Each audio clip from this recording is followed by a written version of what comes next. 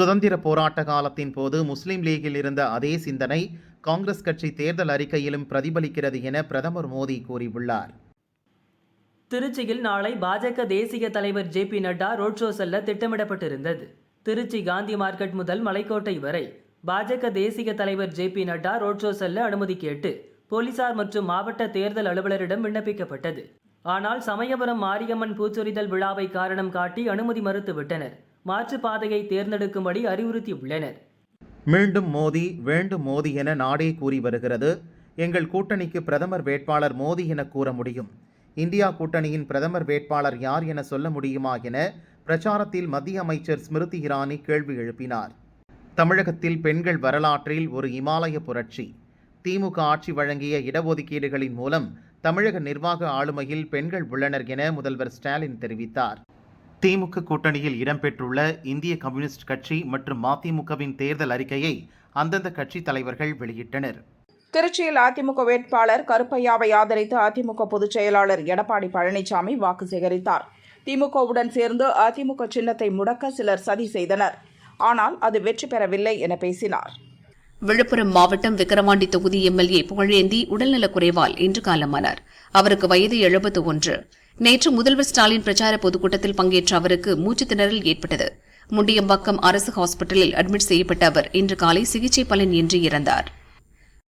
பாஜக வேட்பாளர் முருகானந்தம் திருப்பூர் பகுதியில் தேர்தல் பிரச்சாரத்தில் ஈடுபட்டார். நான் தேர்தல் அதிகாரியை மிரட்டியதாக வெளியான வீடியோ பாதி எடிட் செய்தது. எனக்கு எதிராக திட்டமிட்டு செய்யும் சதி. இதை பற்றி தானும் புகார் அளிக்கப் போவதாக செய்தியாளர்களிடம் தெரிவித்தார்.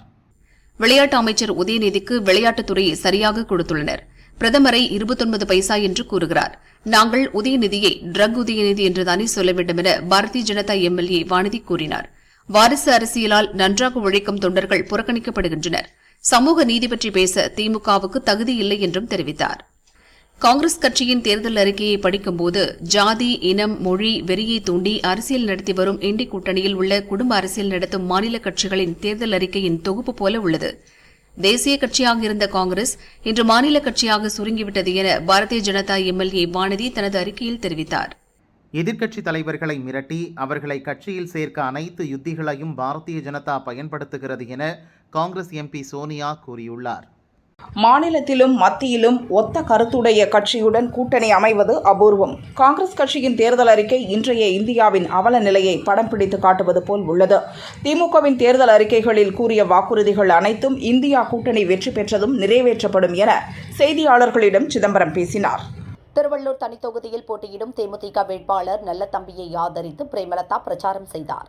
பிரேமலதாவை வரவேற்பதற்காக அதிமுக மாவட்ட செயலர்கள் மாதவரமூர்த்தி, சிறுனியம் பலராமன் ஆகியோர் தடப்புடல் ஏற்பாடுகளை செய்திருந்தனர். இந்த ஏற்பாடுகளை பார்த்து திமுகவினரை மிரண்டு போயினர். தேமுதிக பணம் கொடுத்தே ஏற்பாடுகள் செய்ததாக கட்சியினர் தெரிவித்தனர். பாரதிய ஜனதா கட்சி வேட்பாளர்களை ஆதரித்து பேசுவதற்காக பிரதமர் மோடி வருகையொட்டி மேட்டுப்பாளையம் அன்னூர் சாலையில் உள்ள நால்ரோடு பிரிவில் பூமி பூஜை நடைபெற்றது. பொதுக்கூட்டம் சிறப்புற நடைபெற தீவிரமாக பணியாற்றுவோம் என பூஜையில் கலந்து கொண்ட பாரதிய ஜனதாவினர் உறுதிமொழி எடுத்துக் கொண்டனர். வெளிநாட்டு வங்கியில் இருக்கும் கருப்பு பணத்தை கைப்பற்றி மக்கள் வங்கிக் கணக்கில் 15 லட்சம் ரூபாய் போடுவதாக மோடி தெரிவித்தார். இதுவரை 15 பைசா கூட போடவில்லை. மக்களின் வரிப்பணத்தை எடுத்து உலகம் முழுவதும் சுற்றி வருகிறார். இந்தியாவை மறந்துவிட்டார் என விருதுநகரில் நடந்த பிரச்சாரக் கூட்டத்தில் வாகை சந்திரசேகர் பேசினார்.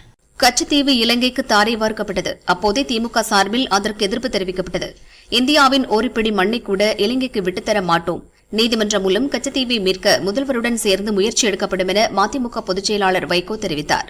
ராமநாதபுரம் தொகுதியில் முன்னாள் முதல்வர் பன்னீர்செல்வம் பாஜக சுயேட்சை வேட்பாளராக போட்டியிடுகிறார். பஜ்ஜி சுட்டு பொதுமக்களிடம் வாக்கு சேகரித்தார். 10 ஆண்டு காலங்களில் மோடி அரசு பொதுத்துறை நிறுவனங்களை தனியாருக்கு தாரை வார்த்துள்ளது. ஜிஎஸ்டி வரியை வசூல் செய்து கார்ப்பரேட் நிறுவனங்களுக்கு கடனை தள்ளுபடி செய்துள்ளது என முக்குலத்தோர் புலிப்படை கட்சித் தலைவர் நடிகர் கருணாஸ் தெரிவித்தார். மோடி சிறந்த நாடக நடிகர். மக்களுக்கு தேவையான எந்த வசதியும் அவர் செய்து கொடுக்கவில்லை என சிபிஐ மாநில செயலாளர் முத்தரசன் தெரிவித்தார். காஞ்சிபுரத்தில் நாம் தமிழர் கட்சி வேட்பாளர் சந்தோஷ்குமாரை ஆதரித்து நாம் தமிழர் கட்சி தலைமை ஒருங்கிணைப்பாளர் சீமான் பிரச்சாரம். நீட், ஜிஎஸ்டி, என்ஐஏ, சிபிஐ உள்ளிட்டவற்றை கொண்டு வந்தது காங்கிரஸ் தான். என்ஐஏ, சிபிஐக்கு ஏன் 2 தண்ட சம்பளம் கொடுக்கிறார்கள்? திடீரென புனிதர் வேடம் போட்டால் எப்படி நம்புவது என பேசினார். திருநெல்வேலி தொகுதியில் காங்கிரஸ் வேட்பாளர் ராபர்ட் புரூஸ் போட்டியிடுகிறார்.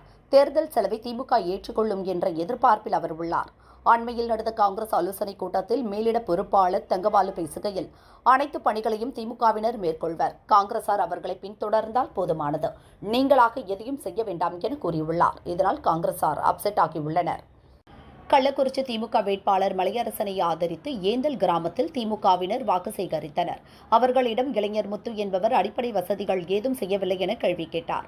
ஆத்திரம் அடைந்த ஊராட்சி தலைவி லட்சுமியின் கணவர் முருகேசன் மற்றும் திமுகவினர் முத்துவை சரமாரியாக தாக்கினர். படுகாயமடைந்த முத்து கள்ளக்குறிச்சி அரசு ஹாஸ்பிட்டலில் அட்மிட் செய்யப்பட்டார். மயிலாடுதுறையில் சித்தர்காடு பகுதியில் சிறுத்தை நடமாட்டம் இருப்பதாக பொதுமக்கள் பீதியில் உள்ளனர். அந்த பகுதியில் உள்ள 7 பள்ளிகளுக்கு நேற்று விடுமுறையும் அறிவிக்கப்பட்டது.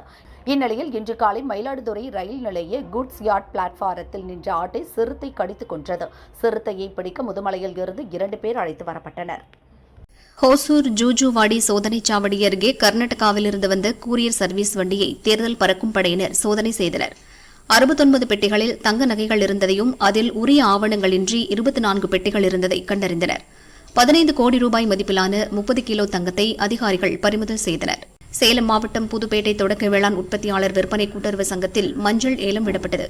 4528 மஞ்சள் மூட்டைகளுக்கு 4 கோடியே 61 லட்சம் ரூபாய்க்கு வர்த்தகம் நடந்ததாக தெரிவித்தனர். கடந்த ஆண்டை காட்டிலும் நடப்பாண்டில் மஞ்சள் விலை கணிசமாக உயர்ந்துள்ளதால் விவசாயிகள் மகிழ்ச்சியடைந்தனர். வேலூர் தொகுதியில் பாரதிய ஜனதா கூட்டணியில் போட்டியிடும் ஏசி சண்முகம் ஆலங்காயம் பகுதியில் ஓட்டு சேகரித்தார். கடந்த முறை 8000 ஓட்டுகள் வித்தியாசத்தில் தோல்வியடைந்தேன். இந்த முறை வெற்றி பெற்றால் 6 சட்டசபை தொகுதியிலும் MP அலுவலகம் அமைத்து மக்களின் குறைகளை கேட்டு நிறைவேற்றுவேன் என ஏசி சண்முகம் கூறினார். அம்மா மக்கள் முன்னேற்றக் கழகத்தின் கட்சி நிர்வாகிகள் தங்கியிருந்த பெரியகுளம் வடகரையில் உள்ள லக்கி லாட்ஜில் வருமான வரித்துறை சோதனை. 4 மணி நேர சோதனைக்கு பின் எந்த ஆவணங்களும் கிடைக்காததால் திரும்பிச் சென்றனர். அதிமுக வேட்பாளர் நாராயணசாமிக்கு ஆதரவாக அதிமுக செய்தி தொடர்பாளர் நடிகை சசிரேகா ஆண்டிப்பட்டியில் பிரச்சாரம் செய்தார். பிரதமர் மோடி மற்றும் முதல்வர் ஸ்டாலின் கொடுத்த வாக்குறுதிகளை நிறைவேற்றாதது குறித்து பேசினார். 2 வடைகளை கையில் வைத்துக் கொண்டு இதில் ஒன்று பிரதமர் மோடி சுட்டவடை, மற்றொன்று தமிழக முதல்வர் ஸ்டாலின் சுட்டவடை என விமர்சனம் செய்தார். மதுரை தொகுதியில் போட்டியிடும் அதிமுக வேட்பாளர் டாக்டர் சரவணனை ஆதரித்து நடிகை காயத்ரி ரகுராம் மதுரை தெப்பக்குளம் பகுதியில் பிரச்சாரம் செய்தார். தெப்பக்குளம் பகுதியில் வாக்கிங் செல்வோரிடம் நோட்டீஸ் கொடுத்தும் பரதநாட்டியம் ஆடியும் சிற்றுண்டி கடையில் குலோப் ஜாமுன் சுண்டல் விற்றும் இரட்டை இலைக்கு ஓட்டு போடும்படி வாக்கு சேகரித்தார். இலங்கையிலிருந்து நாட்டுப்படையில் வந்த 3 நபர்கள் ரோந்து சென்ற மத்திய புலனாய்வு அதிகாரிகளை பார்த்ததும் பார்சல் ஒன்றை கடலில் வீசினர். அவர்களை பிடித்து பார்சலை கைப்பற்றி பார்த்தபோது அதில் 3.43 கோடி ரூபாய் மதிப்பிலான 4 கிலோ 940 கிராம் தங்கக்கட்டிகள் இருந்தது. படகில் வந்த ஹைரோஸ் அலி, காஜா ஷெரீப், ஹம்துன் ஆகியோரை கைது செய்த அதிகாரிகள் தங்கத்தை பறிமுதல் செய்தனர். ஆத்தூர் நகராட்சி அண்ணா கலையரங்கத்தில் மண்டல தேர்தல் அலுவலர்களுக்காக பயிற்சிக் கூட்டம் நடைபெற்றது. மாவட்ட கலெக்டர் ஸ்ரவன்குமார் சில ஆலோசனைகளை வழங்கிக் கொண்டிருந்தார். அப்போது அலுவலர்கள் சிலர் செல்போனில் வாட்ஸ்அப், இன்ஸ்டாகிராம் கேமில் மூழ்கினர். ஒரு சிலர் தூங்கினர். கவனக்குறைவான அலுவலர்கள் தேர்தல் பணியை எப்படி முறையாக செய்வார்கள் என மக்கள் மத்தியில் கேள்வி எழுந்துள்ளது. தேனியில் காரில் ஆவணமின்றி கொண்டுவரப்பட்ட 5 லட்சம் ரூபாயை பறிமுதல் செய்த தேர்தல் பறக்கும் படை அதிகாரிகள் சார்நிலை கருவூலத்தில் ஒப்படைத்தனர். தேனி லோக்சபா தொகுதியில் வீடுகளில் இருந்து வாக்களிக்க விருப்பம் தெரிவித்த 85 வயதிற்கு மேற்பட்ட முதியோர் மற்றும் மாற்றுத்திறனாளிகளிடம் வீடுகள் தோறும் வாக்களிக்கும் முறை இன்று முதல் துவங்கியது. தேனி திமுக வேட்பாளர் தங்கத்தமிழ் செல்வன் நடைபயிற்சியின் போது தெருவை சுத்தம் செய்வதும் இளைஞர்களுடன் விளையாடுவதும் என தீவிர வாக்கு சேகரிப்பில் ஈடுபட்டார். கள்ளக்குறிச்சி லோக்சபா தொகுதியில் போட்டியிடும் அதிமுக வேட்பாளர் குமரகுருவை ஆதரித்து அதிமுக MLA ஜெயசங்கரன் மற்றும் நிர்வாகிகள் சிலர் ஆத்தூர் பழையப்பேட்டை பள்ளிவாசலில் நோட்டீஸ் கொடுத்து வாக்கு சேகரித்தனர். சேலம் மாவட்டம் வீரகனூர் ஆட்டுச்சந்தையில் ஆடுகள் தலா 7000 முதல் 20000 வரையிலும், மாடுகள் 10,000 முதல் 30,000 வரையும் விலை போனது. ஆடுகள் மட்டும் 2 கோடியே 50 லட்சம் ரூபாய்க்கு விற்பனையானது. தெலுங்கு வருட பிறப்பு மற்றும் ரம்ஜான் பண்டிகையை ஒட்டி ஆடுகள் அதிக அளவில் விற்பனையானதால் விவசாயிகள் மகிழ்ச்சியடைந்தனர். புதுச்சேரி வில்லியனூரில் தூய லூர்து அன்னை பேராலயம் உள்ளது. இங்கு 147வது ஆண்டு பெருவிழா கொடியேற்றத்துடன் துவங்கியது. காலையில் கூட்டு திருப்பலிக்கு பிறகு ஊர்வலமாக எடுத்து வரப்பட்ட மாதா உருவம் பொறித்த கொடி கொடிமரத்தில் ஏற்றப்பட்டது. வருகிற 13ஆம் தேதி வரை நடக்கும் விழாவில் தினமும் திருப்பலிகள், தேர்பவனி நடைபெறவுள்ளது. புதுச்சேரி காங்கிரஸ் வேட்பாளர் வைத்திலிங்கத்துக்கு ஆதரவாக முன்னாள் MLA ஆனந்தராமன் பிரச்சாரம் செய்தார். தானம்பாளையம் பகுதியில் உள்ள ஒரு ஹோட்டலில் இட்லி விற்பனை செய்தும் இட்லி சாப்பிட்டபடியும் ஓட்டு சேகரிப்பில் ஈடுபட்டார். தஞ்சாவூரில் 100% வாக்குப்பதிவை வலியுறுத்தி மாநகராட்சி அலுவலகத்தில் ராட்சத விழிப்புணர்வு பலூன் பறக்கவிடப்பட்டது. தஞ்சை தொகுதியில் பாஜக சார்பில் போட்டியிடும் கருப்பு முருகானந்தம் கூட்டணி கட்சியினருடன் தீவிர வாக்கு சேகரிப்பில் ஈடுபட்டார். சேப்பநாயக்கன் தெரு பகுதியில் ஏராளமான பெண்கள் நீண்ட வரிசையில் நின்று அவருக்கு ஆரத்தி எடுத்தனர். ஏராளமான முஸ்லிம் பெண்களும் கருப்பு முருகானந்தத்துக்கு ஆரத்தி எடுத்து வரவேற்றனர். திருப்பத்தூரில் 100% வாக்குப்பதிவை வலியுறுத்தி விழிப்புணர்வு ஏற்படுத்தும் விதமாக மாரத்தான் போட்டி நடந்தது. மாவட்ட கலெக்டர் தர்பகராஜ் கொடியசைத்து துவக்கி வைத்து சிறிது தூரம் ஓடினார். இதில் வெற்றி பெற்ற மாணவர்களுக்கு பரிசுகள் மற்றும் சான்றிதழ்கள் வழங்கப்பட்டன. அரக்கோணம் லோக்சபா தொகுதிக்குட்பட்ட சோளிங்கர் சட்டசபை தொகுதியில் போலீசாரின் கொடி அணிவகுப்பு நடந்தது. 100க்கும் மேற்பட்ட போலீசார் பங்கேற்றனர். 100% வாக்குப்பதிவை வலியுறுத்தி விழிப்புணர்வு ஏற்படுத்தினர். அனைத்து பாதுகாப்பு ஏற்பாடுகளும் செய்யப்பட்டுள்ளன. அச்சமின்றி ஓட்டு போடலாம் என போலீசார் தெரிவித்தனர். விக்கிரவாண்டி திமுக எம்எல்ஏ புகழேந்தி இன்று உடல்நலக்குறைவால் மரணமடைந்தார். விழுப்புரத்தில் வைக்கப்பட்டிருந்த அவரது உடலுக்கு அமைச்சர்கள் பொன்முடி, ஏவாவேலு மற்றும் விசிக வேட்பாளர் ரவிக்குமார் ஆகியோர் அஞ்சலி செலுத்தினர். புதுச்சேரியின் காரைக்காலில் இருந்து தமிழக பகுதிகளுக்கு காரில் கடத்த முயன்ற 150 லிட்டர் சாராயத்தை போலீசார் பறிமுதல் செய்தனர். நாகை மாவட்டம் பெருங்கடம்பனூரைச் சேர்ந்த சுரேஷ் என்பவரை போலீசார் கைது செய்தனர். காவிரி ஆற்றின் குறுக்கே மேகதாதுவில் அணை கட்ட திமுக அரசு மறைமுகமாக கர்நாடக அரசுக்கு உதவுகிறது. இதனை வன்மையாக கண்டிக்கிறோம் என PR பாண்டியன் கூறினார். தமிழக அரசு மேகதாது அணை கட்ட துணை போவதை கண்டித்து போராட்டங்களை தீவிரப்படுத்துவோம் என்றும் தெரிவித்தார். ஆட்சி மாற்றம் நிச்சயம் ஏற்படும். தற்போது ஒருதலைபட்சமாக செயல்படும் அதிகாரிகள் பதில் சொல்லியே ஆக வேண்டும் என சிவகங்கை காங்கிரஸ் வேட்பாளர் கார்த்தி தெரிவித்தார். திருச்சியில் டூவீலரில் சென்றவாறு வாக்கு சேகரித்த அதிமுக வேட்பாளர் கருப்பையா, முன்னாள் MP குமார் மற்றும் கூட்டணி கட்சியினர் ஹெல்மெட் அணியாமல் சென்றவாறு வாக்கு சேகரிப்பில் ஈடுபட்டனர். வருகிற 8ஆம் தேதி மத்திய அமைச்சர் ராஜ்நாத் சிங் திருச்சி வருகிறார். தமிழகத்தில் 8, 9 ஆகிய 2 நாட்கள் தேர்தல் பரப்புரையில் ஈடுபடுகிறார். தஞ்சாவூர், நாகப்பட்டினம் தொகுதிகளில் தேர்தல் பரப்புரை மேற்கொள்கிறார். தேனி மாவட்டம் வண்ணாத்திப்பாறை மலைமங்கலதேவி கண்ணகி கோவில் சித்ரா பௌர்ணமி திருவிழா நடக்க உள்ளது. இதுகுறித்த முன்னேற்பாடுகள் தொடர்பான முதல்கட்ட ஆலோசனைக் கூட்டம் உத்தமபாளையம் கோட்டாட்சியர் தாட்சியாயினி தலைமையில் நடைபெற்றது. தெலங்கானா மாநிலம் அடிலாபாத்தைச் சேர்ந்தவர் முனீஸ்வர் சத்யநாராயணா. இவர் மகாராஷ்டிராவிலிருந்து மது பாட்டில்களை வாங்கி வந்து விற்பனை செய்து வந்துள்ளார். தனது பணியனில் 54 பாக்கெட்டுகள் தைத்து அதில் 48 மது பாட்டில்களை கடத்தி வந்தபோது போலீசார் அவரை கையும் களவுமாக பிடித்து கைது செய்தனர். மது பாட்டில்களும் பறிமுதல் செய்யப்பட்டன. ஆந்திர மாநிலம் விசாகப்பட்டினம் கடலில் மீன்பிடிப்பதற்காக காக்கிநாடாவைச் சேர்ந்த 9 மீனவர்கள் சென்றனர். படகில் இருந்த ஜெனரேட்டரில் மின்கசிவு ஏற்பட்டதால் சிலிண்டர் வெடித்து சிதறியது. இதில் 5 பேர் படுகாயமடைந்தனர். மற்ற 4 பேர் லேசான காயமடைந்தனர். அவர்களை கடலோர காவல் படையினர் மீட்டு ஹாஸ்பிட்டலில் அட்மிட் செய்தனர். திருவள்ளூர் காங்கிரஸ் வேட்பாளர் சசிகாந்த் செந்தில் திருவாலங்காடு ஒன்றியத்துக்குட்பட்ட பகுதிகளில் பிரச்சாரம் செய்தார். இதில் பங்கேற்ற கட்சி தொண்டர்கள் அனைவருக்கும் அங்கிருந்த கோவில் அருகே வைத்து தலா 100 ரூபாய் வழங்கப்பட்டது. இதுகுறித்த வீடியோ வைரலானதால் போலீசார் பணம் வழங்கிய திமுக மாவட்ட விவசாய அணி அமைப்பாளர் பன்னீர் மீது வழக்கு பதிவு செய்துள்ளனர். திருவள்ளூர் மாவட்டம் சின்ன ஆவூர் கிராமத்தில் கடந்த 4 நாட்களாக குடிநீர் விநியோகம் செய்யப்படவில்லை. இதனை கண்டித்து அப்பகுதி மக்கள் சாலை மறியலில் ஈடுபட்டனர். அப்போது அந்த வழியாக திமுக துணை சேர்மன் தமிழ்ச்செல்வி பூமிநாதன் உள்ளிட்டோர் காங்கிரஸ் வேட்பாளர் சசிகாந்த் செந்திலுக்கு ஆதரவாக ஓட்டு கேட்டு வந்தனர். அவர்களை பொதுமக்கள் சிறைபிடித்து சரமாரியாக கேள்வி எழுப்பியதால் பரபரப்பு ஏற்பட்டது. திருவள்ளூர் தொகுதியில் போட்டியிடும் தேமுதிக வேட்பாளர் நல்லதம்பியை ஆதரித்து அதிமுக முன்னாள் அமைச்சர் பெஞ்சமின் வீதி வீதியாக பிரச்சாரத்தில் ஈடுபட்டார். கொளுத்தும் வெயிலில் தீவிர பிரச்சாரத்தில் ஈடுபட்ட தொண்டர்கள் சோர்வடையாமல் இருப்பதற்காக பெஞ்சமின் அனைவருக்கும் தர்பூசணி வாங்கி வெட்டி கொடுத்தார். பாஜக MLA வானதி சிதம்பரம் தொகுதியில் பாஜக வேட்பாளரை ஆதரித்து பிரச்சாரம் செய்தார். சிதம்பரம் தொகுதியில் MP-யாக இருக்கும் விசிக MP திருமாவளவன் மத்திய அரசை குறை கூறி வருகிறார். மோடியை குறை சொல்வதற்கே அவருக்கு நேரம் சரியாக உள்ளது என பேசினார். கிருஷ்ணகிரி மாவட்டம் குருபரப்பள்ளி தேசிய நெடுஞ்சாலையில் காவலரின்றி செயல்படும் SBI ATM இயந்திரம் உடைந்திருப்பதாக போலீசுக்கு தகவல் கிடைத்தது. கேமராக்களில் கருப்பு ஸ்ப்ரே அடித்தும் கேஸ் கட்டர் மூலம் இயந்திரத்தை உடைத்தும் 10 லட்சம் ரூபாய் மர்ம கும்பல் கொள்ளையடித்திருப்பது போலீஸ் விசாரணையில் தெரிய வந்தது. கொள்ளை கும்பலை பிடிக்க மாவட்ட SP 5 தனிப்படைகளை அமைத்துள்ளதாக தெரிவித்தார். கோவை கலெக்டர் அலுவலக வளாகம் இ-சேவை மையம் எதிரே உள்ள மின்மாற்றியில் திடீரென தீப்பிடித்தது. அருகே உள்ள மர சருகுகளில் தீப்பற்றி பரவியது. அலுவலக பணியாளர்கள் தீயை துரிதமாக அணைத்தனர். மின்வாரிய அதிகாரிகளுக்கு தகவல் அளிக்கப்பட்டு மின்மாற்றி சரிபார்க்கும் பணி நடந்தது. திருச்சி லோக்சபா தேர்தலில் பயன்படுத்தப்பட உள்ள மின்னணு வாக்குப்பதிவு இயந்திரங்கள் அங்கீகரிக்கப்பட்ட கட்சிகளின் பிரதிநிதிகள் முன்னிலையில் சரிபார்க்கும் பணி நடைபெற்றது. திருச்சி துவாக்குடியில் மதிமுக வேட்பாளர் துரையை ஆதரித்து CPM மாநில செயலாளர் முத்தரசன் தீவிர வாக்கு சேகரிப்பில் ஈடுபட்டார். அப்போது வேட்பாளர் கலந்து கொள்ளாததால் கூட்டணி கட்சியினரிடையே சலசலப்பை ஏற்படுத்தியது. திமுக மற்றும் அதிமுக கட்சிகள் பிரதமர் வேட்பாளர் யார் என்பதை மக்களிடம் தெளிவுபடுத்துவார்களா? பிரதமர் வேட்பாளரை அறிவிக்காமல் தேர்தலை அவர்களால் எப்படி எதிர்கொள்ள முடியும் என தமிழக மக்கள் முன்னேற்றக் கழக தலைவர் ஜான் பாண்டியன் தெரிவித்தார். பல்லடம் மேற்கு ஒன்றியத்திற்கு உட்பட்ட மல்லைக்கவுண்டம்பாளையம் மற்றும் சித்தம்பலம் ஊராட்சியில் திமுக வேட்பாளர் கணபதி ராஜ்குமாரை ஆதரித்து தொழில்துறை அமைச்சர் ராஜா வாக்கு சேகரிப்பில் ஈடுபட்டார். பாஜக, அமமுக போன்ற மாற்றுக் கட்சிகளில் இருந்து 150க்கும் மேற்பட்டோர் அமைச்சர் ராஜா முன்னிலையில் திமுகவில் இணைந்தனர். கோவை சிங்காநல்லூர் ரோட்டில் பர்க் ஸ்கூல் அருகே தேர்தல் பறக்கும் படையினர் சோதனையில் ஈடுபட்டனர். தனியாருக்கு சொந்தமான ஆம்னி காரை அதிகாரிகள் சோதனை செய்ததில் உரிய ஆவணங்களின்றி 3,54 லட்சம் ரூபாய் மதிப்பிலான தங்கம் மற்றும் வைர நகைகளை கண்டறிந்தனர். பறக்கும் படை அதிகாரிகள் நகைகளை பறிமுதல் செய்ததுடன் டிரைவரிடம் விசாரணை நடத்தினர். மக்களை பிளவுபடுத்தி அரசியல் நடத்தி ஆதாயம் தேடிக் கொண்டிருப்பவர்கள் திமுக கூட்டணி. மக்களை ஒன்றுபடுத்தி மாவட்டத்தை செழிப்படைய செய்ய வேண்டும் என்று செயல்படுபவர்கள் பாரதிய ஜனதாவினர் என கன்னியாகுமரி பாரதிய ஜனதா வேட்பாளர் பொன் ராதாகிருஷ்ணன் தெரிவித்தார். தென்காசி மாவட்டம் பாவூர் சத்திரம் அருகே உள்ள கீழப்பாவூரில் மேற்கு வட்டார காங்கிரஸ் நிர்வாகிகள் சார்பில் ஆலோசனை கூட்டம் நடந்தது.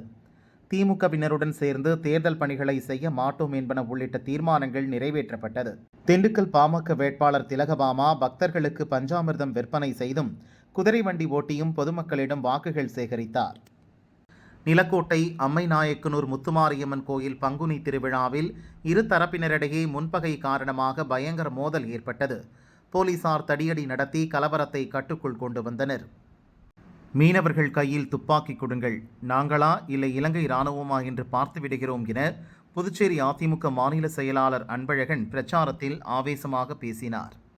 டில்லியில் குழந்தைகளை விற்பனை செய்த கும்பலில் 7 பேரை சிபிஐ அதிகாரிகள் கைது செய்தனர்.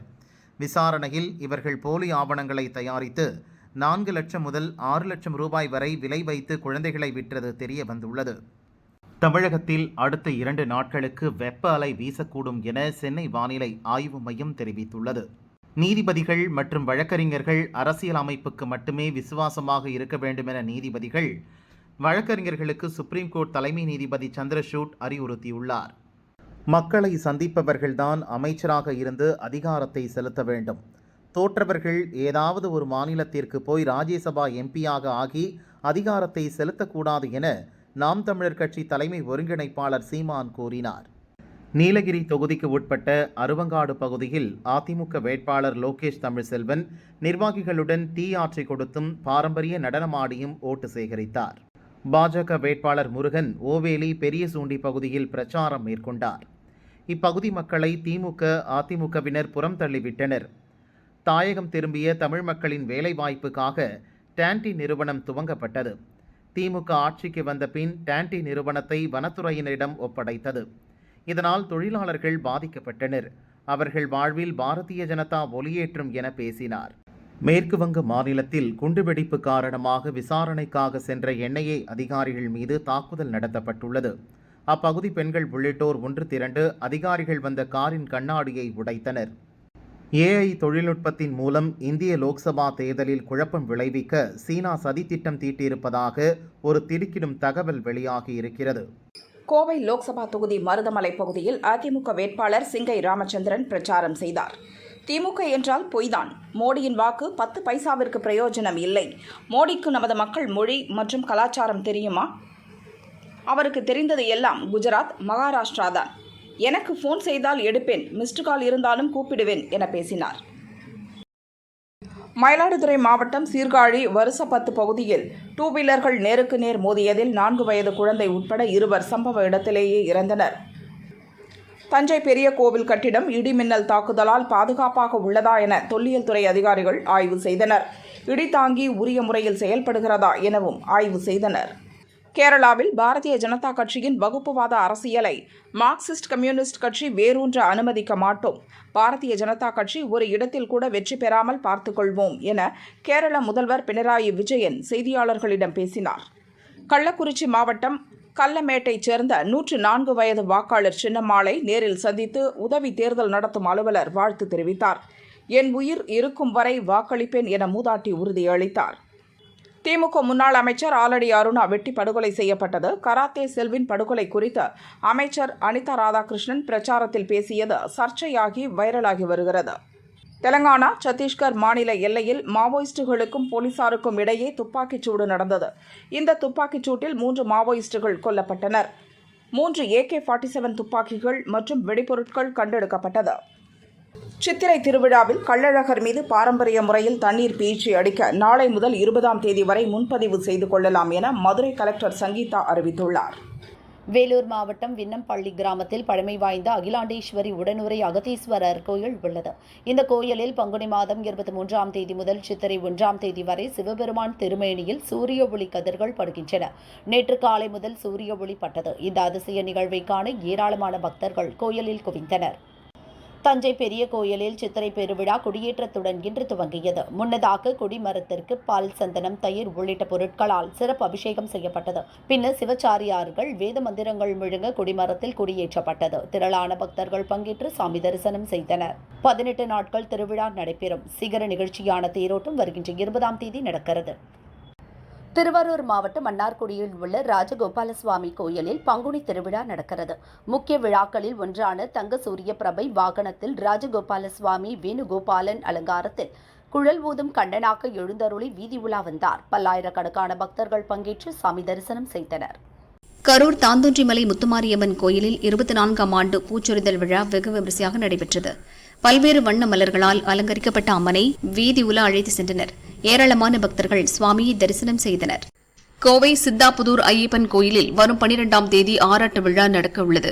விழாவின் தொடக்க நிகழ்வான கொடியேற்றம் சிவபிரசாத் நம்பூதிரின் முன்னிலையில் வெகு விமரிசையாக நடைபெற்றது. ஏராளமான பக்தர்கள் கலந்து கொண்டு ஐயப்பனை தரிசனம் செய்தனர். குன்னூர் தந்தி மாரியம்மன் கோயில் தேர் திருவிழா துர்கா பரமேஸ்வரி நடனத்துடன் துவங்கியது. தாரை தப்பட்டை முழங்க பக்தர்கள் பரவசமடைந்தனர்.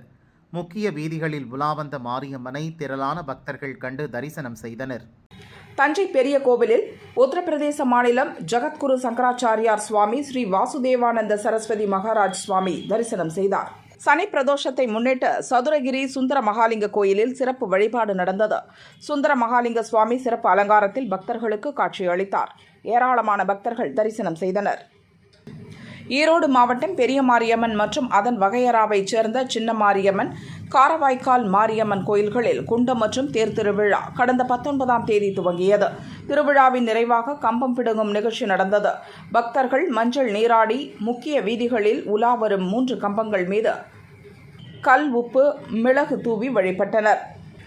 லோகேஷ் கனகராஜ் இயக்கத்தில் ரஜினிகாந்த் நடிக்க இருக்கும் 171வது படம் குறித்த அறிவிப்பு வெளியாகி அவ்வப்போது அதன் அப்டேட்களையும் லோகேஷ் கொடுத்து வருகிறார். இந்த படத்தில் ரஜினிகாந்த் தவிர மற்ற யாரெல்லாம் நடிக்கிறார்கள் என ஒருவர் பெயர் கூட இன்னும் வெளியாகவில்லை. இந்நிலையில் இந்த படத்தில் முக்கிய கதாபாத்திரத்தில் பாலிவுட் நடிகர் ரன்வீர் சிங்கை அணுகியுள்ளார் லோகேஷ். அநேகமாக அது வில்லன் கதாபாத்திரமாக இருக்கும் என்று சொல்லப்படுகிறது. இந்த படத்தில் எது வேண்டுமானாலும் நடக்க வாய்ப்பு இருக்கிறது என்று எதிர்பார்க்கப்படுகிறது. பீட்சா படம் இதுவரை 3 பாகங்களாக வெளியாகியுள்ளது. தற்போது பீட்சா 4 படத்திற்கான அறிவிப்பு வெளியாகியுள்ளது. நாசர் மகன் அபிஹசன் ஹீரோவாக நடிக்க, நாயகியாக ரத்திகா நடித்து தமிழில் அறிமுகமாகிறார். ஆண்ட்ரூஸ் இயக்குகிறார். இவர் கூறுகையில், பீட்சா 4ஆம் பாகத்தை இயக்குவது பெருமையாக உள்ளது. முதல் பாகத்திற்கும் 4ஆம் பாகத்திற்கும் நேரடி தொடர்பு இருக்கும். அது என்ன என்பது சஸ்பென்ஸ், த்ரில் மற்றும் திகில் கலந்து ரசிகர்களை பரபரப்பின் உச்சிக்கே கொண்டு செல்லும் வகையில் பீட்சா 4 அமையும் என்கிறார். கடந்த 2015இல் ரவிக்குமார் இயக்கத்தில் விஷ்ணு விஷால், மியார் ஜார்ஜ் நடிப்பில் வெளியாகி வரவேற்பை பெற்ற படம் இன்று, நேற்று, நாளை டைம் டிராவல் கதையில் வெளியானது. இதன் 2ஆம் பாகம் அறிவிப்பு வெளியாகியுள்ளது. இந்த முறை ரவிக்குமார் இயக்கவில்லை. இவரின் கதையை பரத் மோகன் இயக்குகிறார். நடிகர்களும் வேறு சிலர் நடிக்க உள்ளனர். ஜூன் மாதம் படப்பிடிப்பு துவங்குகிறது.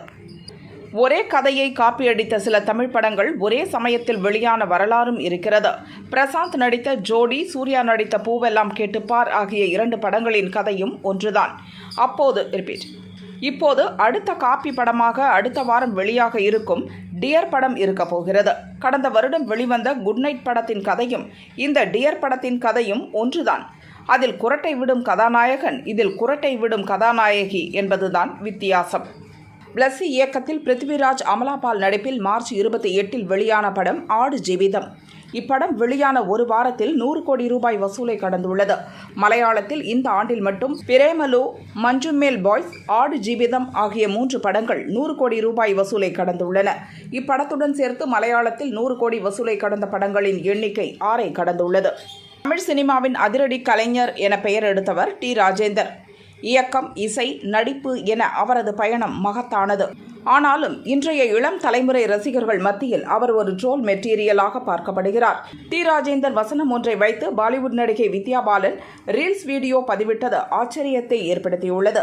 சில தமிழ் நடிகைகளும் அந்த ரீல்ஸ் வீடியோவிற்கு லைக் போட்டிருக்கிறார்கள்.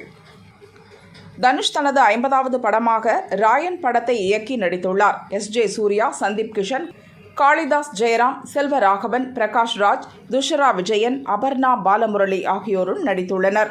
A.R. ரஹ்மான் இசையமைத்துள்ளார். படப்பிடிப்பு முடிந்து மற்ற பணிகள் நடக்கின்றன. இதனிடையே ஏப்ரல் 14 படத்தின் டீசரை வெளியிட உள்ளனர். ஜூன் 7 படம் வெளியாகும் என எதிர்பார்க்கப்படுகிறது. சேத்துமான், அஸ்வின், கபாலி லிங்கேஷ், அபர்நதி நடிப்பில் தயாராகி வரும் படம் நாற்கரப்போர். படம் குறித்து இயக்குனர் ஸ்ரீவெற்றி கூறும்போது, சதுரங்க விளையாட்டை மையப்படுத்தி உருவாகியுள்ளது. அதிகாரம் என்பது செயல்பாடுகளை நெறிமுறைப்படுத்துவதற்கே அன்றி தனிமனித தாக்குதலாக மாறக்கூடாது என்பதையும் சதுரங்க விளையாட்டின் பின்னணியில் இந்த படம் பேசுகிறது. தூய்மை பணி செய்யும் சமுதாயத்தில் இருந்து வந்த ஒருவன் எப்படி கிராண்ட் மாஸ்டர் ஆகிறான், அதற்காக அவன் சந்திக்கும் பிரச்சனைகளை சொல்லும் ஒரு ஸ்போர்ட்ஸ் டிராமாவாக உருவாகியுள்ளது என்கிறார்.